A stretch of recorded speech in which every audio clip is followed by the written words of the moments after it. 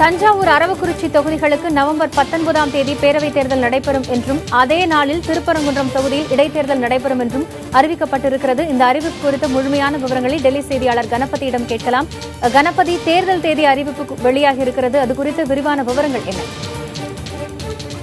சட்டமன்ற தேர்தல் நடந்தபோது அரவக்குறிச்சி மற்றும் தஞ்சாவூர் ஆகிய 2 தொகுதிகளிலே தேர்தல் ரத்து செய்யப்பட்டது.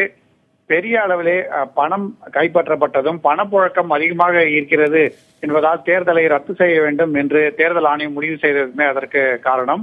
இப்போ இதற்கிடையிலே எப்போது இதற்கான சரியான வாய்ப்பு கிடைக்கிறதோ அந்த சமயத்திலே தேர்தலை நடத்தலாம். பணப்பட்டுவாடா காரணமாக மக்கள் மனதிலே இருந்திருக்கும் மையங்கள் எல்லாம் நீங்க வேண்டும், அதன் பிறகு தேர்தலை நடத்தலாம் என்று தேர்தல் ஆணையம் முடிவு செய்திருந்தது.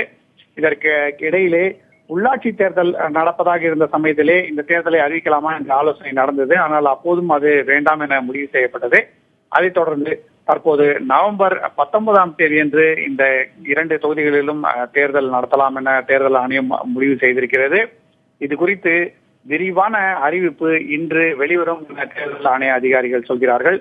இதை தவிர புதுச்சேரியிலே நெல்லித்தோப்பு தொகுதியிலும் இடைத்தேர்தல் நடக்க இருக்கிறது. அதற்கு காரணம் காங்கிரஸ் எம்எல்ஏவான ஜான்குமார் ராஜினாமா செய்திருக்கிறார். முதலமைச்சராக உள்ள நாராயணசாமி தற்போது அங்கே சட்டசபை உறுப்பினராக இல்லை. ஆகவே அவர் சட்டசபை உறுப்பினராகும் வகையிலே அவருக்காக தனது இடத்தை விட்டுக் கொடுத்து ராஜினாமா செய்திருக்கிறார் ஜான்குமார். அந்த இடத்திலே தேர்தல் நடக்கும்போது நாராயணசாமி காங்கிரஸ் சார்பாக போட்டியிட இருக்கிறார். அதே போலவே தமிழ்நாட்டில் இந்த 2 தொகுதிகளை தவிர திருப்பரங்குன்றம் தொகுதியில் எம்எல்ஏவாக தேர்ந்தெடுக்கப்பட்டிருந்த சீனிவேல் மரணமடைந்தார். ஆகவே அந்த தொகுதியிலும் தேர்தல் நடத்த வேண்டும் என்று சூழ்நிலை இருந்தது. ஆகவே இந்த 4 சட்டசபை தேர்தல்களையும் ஒன்றாக நவம்பர் 19ஆம் தேதி நடத்தலாம் என தேர்தல் ஆணையம் முடிவு செய்திருக்கிறது. இது குறித்து விரிவான விவரங்களை விரைவிலேயே தேர்தல் ஆணையம் வெளியிடும் என அதிகாரிகள் சொல்கிறார்கள்.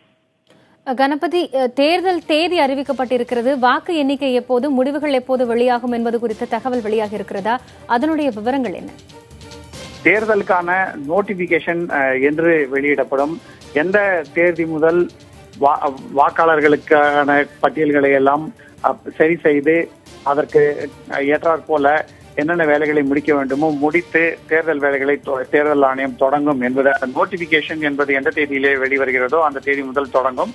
தற்போது அந்த நோட்டிபிகேஷன் எந்த தேதியிலே வெளிவரும், தவிர வேட்பு மனுக்கள் எந்த தேதி முதல் தாக்கல் செய்யலாம், வேட்பு மனுக்களை திரும்ப பெறுவதற்கான தேதி என்ன, பிறகு தேர்தல் வாக்குகள் எண்ணப்படும் தேதி என்ன, முடிவுகள் அறிவிக்கப்படுவது எத்தனை மணிக்குள் வரும் போன்ற பல்வேறு விவரங்கள் ஒன்றன் பின் ஒன்றாக தெரிய வரும். தேர்தல் ஆணையம் இதற்கான முழு அறிவிப்பை இன்று வெளியிடும் என எதிர்பார்க்கப்படுகிறது. அந்த அறிவிப்பு படியே மற்ற விவரங்கள் எல்லாம் அனைத்துமே தேர்தல் ஆணையம் இறுதியாக முடிவு செய்யும். ஒரு அறிவிப்பு என்று தற்போது வெளியாகி இருக்கிறது தேர்தல் தேதி குறித்து. இந்த சூழ்நிலையில் தமிழக தலைமை தேர்தல் அதிகாரி டெல்லி வருவதற்கான வாய்ப்புகள் இருக்கிறதா? அங்கு தேர்தல் அதிகாரியை சந்திப்பதற்கான சாத்தியக்கூறுகள் இருக்கிறதா? வாக்காளர் தினத்துக்கான ஒரு நிகழ்ச்சி நடக்க இருக்கிறது டெல்லியிலே. தலைமை தேர்தல் ஆணையம் இந்த நிகழ்ச்சியை நடத்த இருக்கிறது. இந்த சமயத்திலே பல்வேறு மாநிலங்களை சேர்ந்த தலைமை தேர்தல் ஆணையர்கள் அந்த நிகழ்ச்சியிலே கலந்து கொள்கிறார்கள். அப்போது தமிழக தலைமை தேர்தல் அதிகாரியான லக்கானியும் அந்த கூட்டத்திலே கலந்து கொள்வார் என தெரிகிறது. இதற்கான அறிவிப்பையும் இன்று தேர்தல் ஆணையம் வெளியிட இருக்கிறது. கணபதி, நீங்கள் இணைப்பிலே இருங்கள். தற்போது மூத்த செய்தியாளர் ராமானுஜம் செய்தி அறையிலிருந்து நம்மளோடு இணைகிறார், அவரிடம் பேசலாம். ராமானுஜம், தற்போது தஞ்சாவூர் அரவக்குறிச்சி தொகுதிகளுக்கு பேரவைத் தேர்தல் நவம்பர் 19ஆம் தேதி அறிவிக்கப்பட்டிருக்கிறது. திருப்பரங்குன்றத்திலும் இடைத்தேர்தல் அறிவிக்கப்பட்டிருக்கிறது. இந்த தஞ்சாவூர் அரவக்குறிச்சி தொகுதியில் தேர்தல் ரத்து செய்யப்பட்டதற்கான பின்னணி குறித்து சொல்லுங்கள். தஞ்சாவூர் அரவக்குறிச்சி இரு தொகுதிகளிலும் பார்த்தென்றால் திமுக மற்றும் அதிமுக என 2 கட்சிகளுமே பணப்பட்டுவாடா அதிக அளவில் வாக்காளர்களுக்கு கொடுத்ததாக புகார் எழுந்தது. அது தொடர்பாக தேர்தல் அதிகாரிகள் பல்வேறு இடங்களில் ஆய்வுகள் நடத்தி அங்கிருந்து பரிசு பொருட்கள் எல்லாம் கைப்பற்றினர். குறிப்பாக சேலைகள் போன்றவெல்லாம் கைப்பற்றப்பட்டன. பணம் பெரிய அளவில் கைப்பற்றப்பட்டது. இதனைத் தொடர்ந்து தஞ்சாவூர் அரவக்குறிச்சி என 2 தொகுதிகள் தேர்தலும் ரத்து செய்வதாக சட்டமன்ற தேர்தலுக்கு முன்னராகவே அறிவிக்கப்பட்டது. இது மட்டுமல்லாமல் அந்த பகுதி பார்த்தீங்கன்னா நெல்லித்தோப்பு தொகுதி பாண்டிச்சேரியில் அறிவிக்கப்பட்டிருக்கிறது. அந்த தொகுதிக்கான இடைத்தேர்தல் வந்ததற்கு காரணம் அங்கு முதல்வராக இருக்கக்கூடிய பாண்டிச்சேரியினுடைய முதல்வராக இருக்கக்கூடிய நாராயணசாமி தேர்தலில் போட்டியிடுவதற்காக ஜான்பாபு என்பவர் தனது பதவியை ராஜினாமா செய்திருக்கிறார். இது மட்டுமில்லாமல் தற்பொழுது நம்முடைய இணைப்பில் அதிமுகவை சேர்ந்த வைகை செல்வன் இருக்கிறார், அவரிடம் கேட்போம். வணக்கம் திரு வைகை செல்வன், இந்த தேர்தலில் உங்களுடைய வீகம் என்னவாக இருக்கும்? இதற்கு தயாராகிவிட்டதா அதிமுக?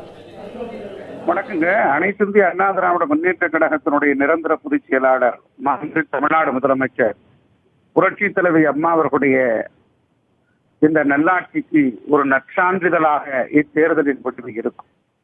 நவம்பர் 19ஆம் தேதி தேர்தல் தேதி அறிவிக்கப்பட்டிருக்கிறது. இத்தேர்தலை அனைத்து இந்திய அண்ணா திராவிட முன்னேற்ற கழகத்தினுடைய ராணுவ படமிக்கதொரு இந்த இயக்கத்தை கட்டி நிர்மாணிக்கின்ற களப்பணியில் ஆற்றி வருகிற எங்களுடைய ஊரில் உணர்வில் கடந்த இரணிய தலைவி புரட்சி தலைவி அம்மா அவருடைய ஆணைக்கிணங்க அவருடைய மேற்பார்வையிலே இந்த தேர்தலை அனைத்து இந்திய அண்ணா திராவிட முன்னேற்ற கழகம் களம் கண்டு வெற்றி பெருத்திறம் படைக்கும்.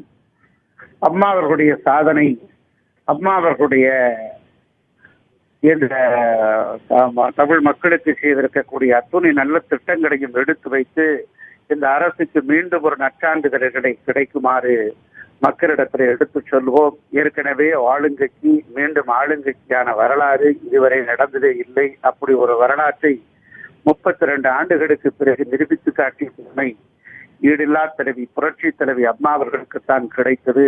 50 ஆண்டு கால சரித்திர வரலாற்றின் கூட்டணியே எதுவும் வைக்காமல் தனித்து நின்று ஆட்சி பீடத்தின் அதிகாரத்தின் உச்சத்தை தொட்டு நிற்கிற இமயமாக உயர்ந்து நிற்கிற தலைவியும் புரட்சி தலைவி அம்மா அவர்களுடைய வியூகம் அமைத்து அவர்களுடைய வெற்றி சரித்திரம் இந்த 3 தொகுதிகளை படைப்போம். நன்றி திரு மகேஷ் செல்வன். காயத்ரி அவர் சொல்வதை கேட்டுக்கொண்டிருப்பீர்கள். அதிமுக தொடர்ந்து 34 அடுத்ததாக நம்மோடு திமுகவை சார்ந்த திரு துரைமுருகன் நம்மோடு வந்திருக்கிறார். அவரிடம் கேட்போம்.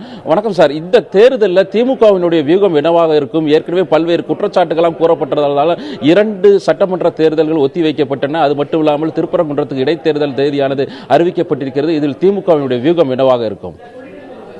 வியூகம் என்ன?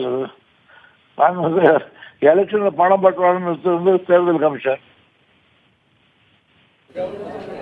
அதான் பட்டுவாடா நடக்குதுன்னு நிறுத்தது யாரு? தேர்தல் கமிஷன். அடுத்த முறை தேர்தல் நடக்கும்போது பட்டுவாடா இல்லாம பார்த்துக்க வேண்டியது தேர்தல் கமிஷனுடைய கடமை. நாங்க தேர்தல் நிற்போம், அவ்வளவுதான்.